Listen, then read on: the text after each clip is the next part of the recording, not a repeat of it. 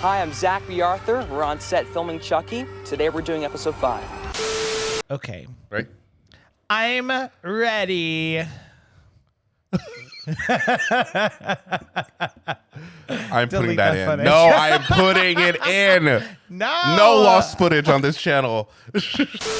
Welcome back, gays, schools, and everyone in between to our YouTube channel, The Horror Bandwagon.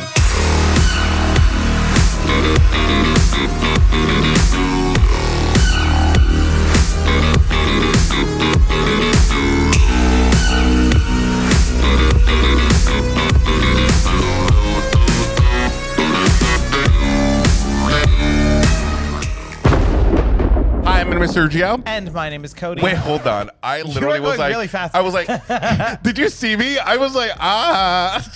Are you sure you didn't take anything? I didn't. I do have tequila in my system. Oh, that's so it. That's what that it might be is. it. Hi, my name is Sergio. And my name is Cody. And we are boys for horror analysis, criticism, and spooky and sometimes kooky entertainment. And guess what, guys? We are back with another Chucky Season 1 featurette, and this time we're reacting to the Episode 5's featurette. And Episode 5, if you remember, is called Little Lies, which also was the official comeback of Tiffany Valentine. Now, we were obsessed, and we still are. We will always be obsessed. When they told us, like, oh, Jennifer Tilly is coming back in Episode 5, we were freaking out. We were ready. And honestly, she slayed. She delivered. So we're probably going to get more of her in this featurette, which is like about time. Yeah. But before we get into the featurette, y'all know what to do. Make sure that you like this video, subscribe to our channel, and click that notification bell so you get notified every time we post a new video. And if you want to support the channel even more, you can go over to our Patreon at patreon.com/thehorrorbandwagon. Now, without further ado, let's get into it. Where's Chucky?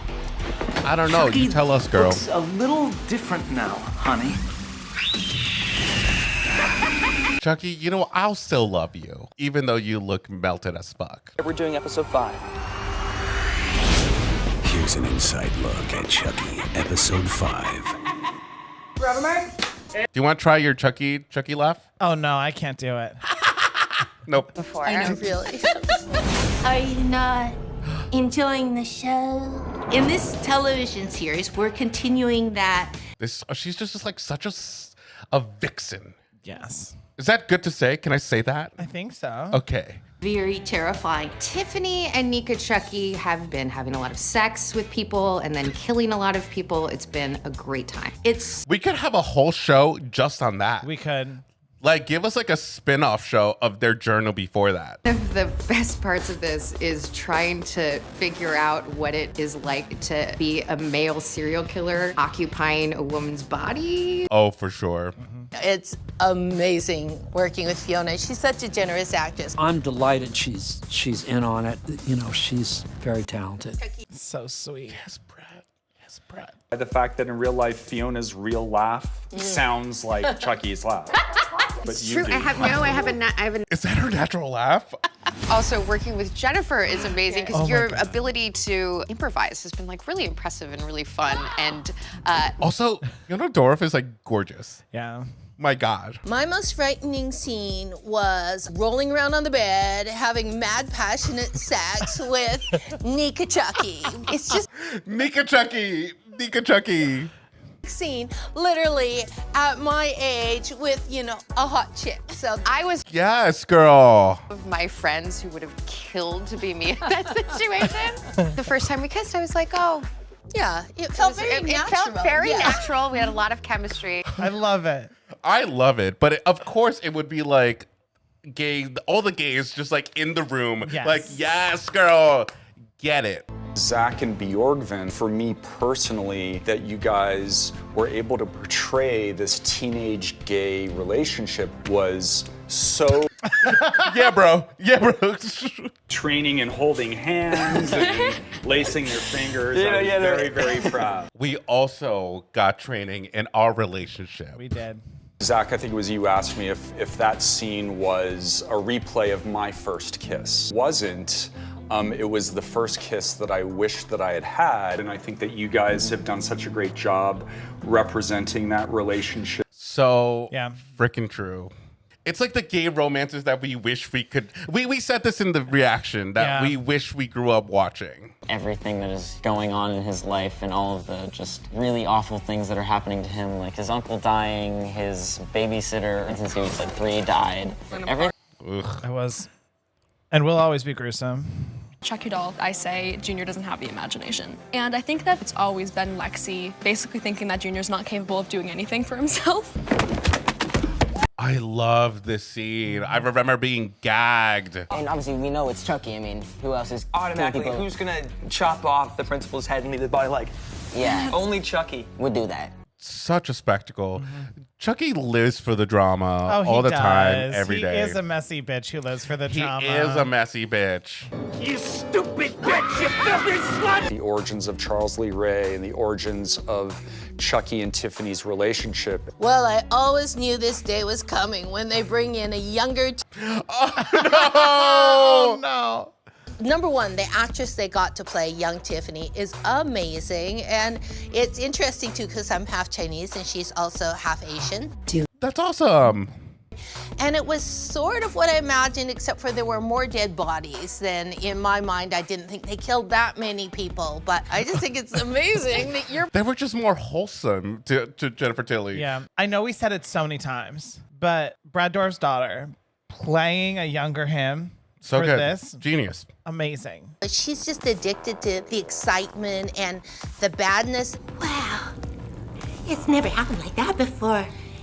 When I was thinking, okay, I will say, and the comments about this are a little bit true. The lip syncing to the voices was a little off. Yeah. A woman playing a cis male role.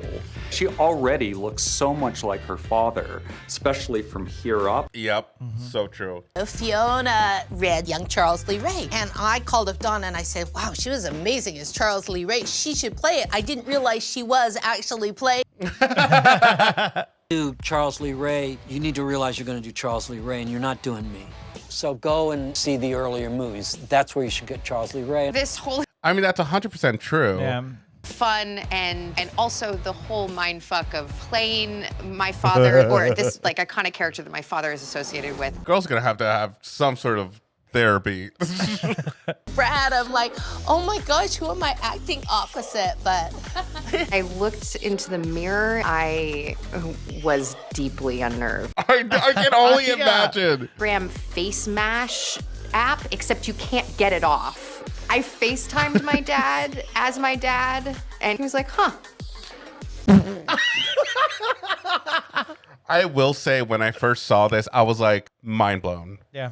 Just the mannerisms. She must, because we've only seen Brad Dourif play Charles E. Ray full body. Yeah. In the original, and I think in one of the like Coulter Curse of Chucky. Okay, so let's start talking about episode 5's featurette for season 1 of Chucky. I mean, off the bat, I do want to say that the relationship that finally is forming in episode 5 between Devin and Jake is, and we discussed this during the reaction, it was a love story that I wish, and just like Don Mancini said, like exactly what he said was like, it's something that we wish we saw growing up, because it's so wholesome, and it's just like out there, like they're so not afraid of what everyone else thinks. Yeah, you have that whole like family member thing coming out and all that stuff, but it doesn't really get into that wholly. You know, in this episode, it really was about like, let's not pay attention about everyone else and let's just talk about this relationship. And it's stuff that I wish I saw growing up. You know, like my first kiss was just like very secretive, you know, like it was not even as romantic as it plays it out to be, which is probably what Don's experience was also. I just feel like when we were younger, we didn't see this anywhere. Yeah. Which is why we were like obsessed, like why we were like crying and it like touched us in our heart. Like I thought it was just so touching. It's so nice to me for it to feel so normal in a TV show, not feel like it's something that like was put in because the show wanted to be progressive or something like that. It just felt like a fit as part of the story, and I really, really appreciated that. And like Don Mancini is taking those risks again. We're sounding like a broken record here, but like Don Mancini is taking risks here because one, he took a chance in Seed of Chucky with having someone who is just like open gender wise, and we love that. There was someone who was gender fluid, and you know that was out there for many viewers for Seed of Chucky, and we stand by the fact that we actually enjoy Seed of Chucky. But the fact that like he's still gonna keep going, those elements and themes are still there no matter what people say. Like they're gonna be part of a very iconic horror franchise, which is great, and it's gonna keep happening in season 2. I can only imagine, though I do think that they're gonna put Devin and Jake in like a stressful situation. Their relationship seems like it's gonna be tough, but hopefully they make it out alive together.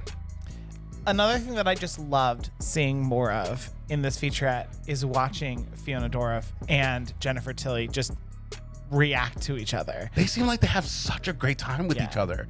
Oh my God. And Jennifer Tilly must be so happy to finally have a human to play off of.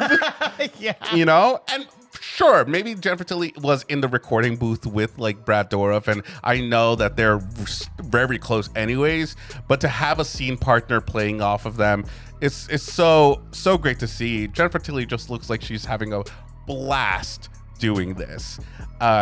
She's not one of those actresses who's going to complain about being in horror movies or that she's still doing horror movies or still in a franchise.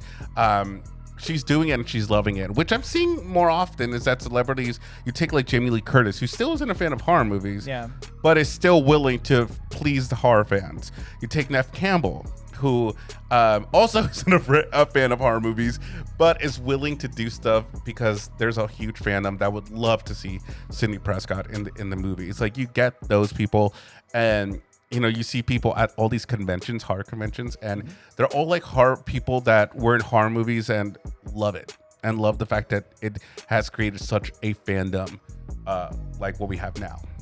Yeah, and I just love seeing more Jennifer Tilly. Love her so much. Oh yeah, goal of mine is to meet her in person, and also Don Mancini. Just them, and I'll take a risk by giving a hug. I will ask first, of course. I'm not pushing, but I do like that. I love that we got more backstory in episode 5, and I know that Don Mancini again was very self-aware about like how the fans wanted to see more of that, and I do like that it took some time to get there. Yeah, we have a whole bunch of movies before this TV show, and we finally get a backstory now, and it's still connecting the dots to everything. Right? I hope it continues in season 2. I think it will. Because I mean, how could you not with Fiona there? She looks so much like her dad that like she really only needed a little bit of like prosthetic touch up, and she was like, I know this show got a lot of recognition and a lot of nominations for its like writing, for its acting, and its material overall. But I really want some sort of recognition to all these actors, especially Fiona Dourif, because I think she's doing remarkable stuff. And how she said it, she's like trying to put herself into the shoes of like a bunch of different things happening at once, and she's hitting the marks. As I said before, the lip syncing to the voices was kind of off, and it is kind of jarring to see sometimes. Like I forgot about that, and when I saw them talking, I was like, oh, that is a little weird. Yeah. I mean, you're so used to seeing these voices come out of a different face that like that alone is. I wanted to know if I wonder if they actually tried with the actresses like Fiona Dourif, and I mean, Fiona Dourif might have been her actual voice, but the actress maybe tried to do a Jennifer Tilly voice, but you can tell it's Jennifer Tilly over a voiceover. You know? But besides that, cool episode. We got to see more of the backstory of Tiffany Valentine. And yeah, they all seem like they're having a blast, and it's getting so complex at this point. We haven't even gotten to the the Andy Barkley and Kyle storyline yet. I'm still so impressed how many storylines they fit into just an 8-episode season. You know. All right, guys. Well, that is our thoughts on featurette 5 for episode 5 of season 1 of Chucky. Stay tuned because episode 6 is going to come soon, and episode 7, which is going to be wrapping up our featurette little series here that we have of reactions, all leading up to the October 5th premiere, which we're going to work hard to get that episode out, the reaction to it, the next day. So hopefully I will not have any sleep. We're going to just edit all day. But until then, we have been your source for horror analysis, criticism, and spooky, and sometimes kooky entertainment. Bye, everyone. Bye.